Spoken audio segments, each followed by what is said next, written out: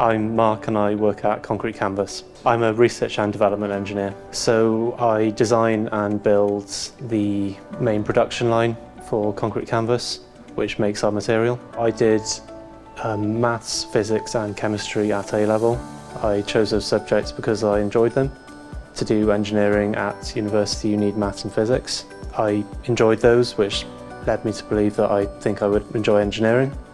I also like knowing how things worked. I always used to take things apart like pens just to see how they work, and that kind of gave me an idea of why I'd enjoy engineering as well, and also kind of all the machinery and stuff you see around. That was interesting to me.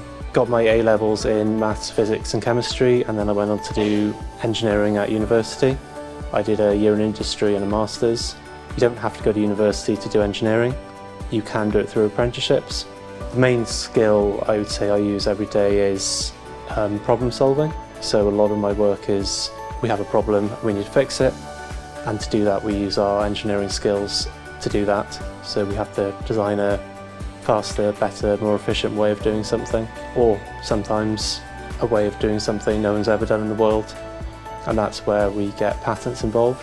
So I'm actually a named inventor on a patent because no one had ever done it in the world before and we developed the way of doing it. I enjoyed the creativity of engineering, so obviously you've got to do a lot of maths and doing things correctly to get it right, but within the design scope you do have quite a lot of creative license, which is left up to you, so that's what I enjoy about engineering. So if you're considering doing engineering, I would recommend getting some work experience with any contacts you know. If you don't have any contacts, then one way you can do it is looking at videos on YouTube.